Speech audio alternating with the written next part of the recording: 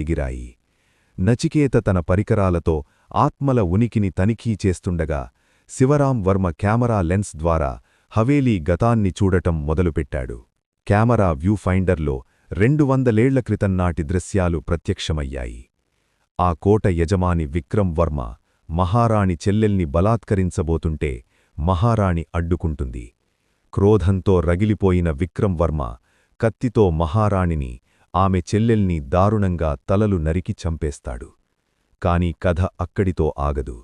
మరుక్షణమే ఆ ఇద్దరు స్త్రీల ఆత్మలు విక్రమ్ వర్మను పట్టుకొని కోట పైభాగానికి లాక్కెళ్ళి అతని మెడకు ఉరితాడు బిగించి ఉరితీస్తాయి. అప్పటినుండి ఆ కోట పాడుబడిపోయింది. విక్రమ్ వర్మ ఆత్మను ఒక రహస్య గదిలో మహారాణి ఆత్మలు దిగ్బంధనం చేశాయి. దిగ్బంధనం వీడింది. షూటింగ్ ఉత్సాహంలో ఉన్న విక్టర్ తన కెమెరా యాంగిల్ కోసం